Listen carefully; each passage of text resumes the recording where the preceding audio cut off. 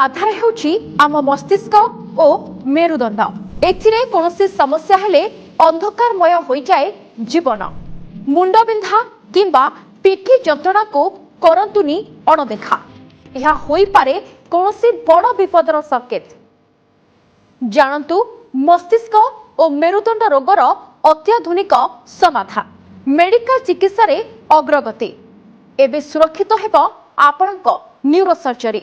Robotic और उन्नत ज्ञान कौशल रे किपरि संभव हेउछि जटिल चिकित्सा। जीवनर पुनरुद्धार उन्नत न्यूरो और स्पाइन केयर सह परामर्श देबा पई आम सहित रहिबे hi tech medical college senior consultant neuro and spine surgeon doctor Mohit Sidore.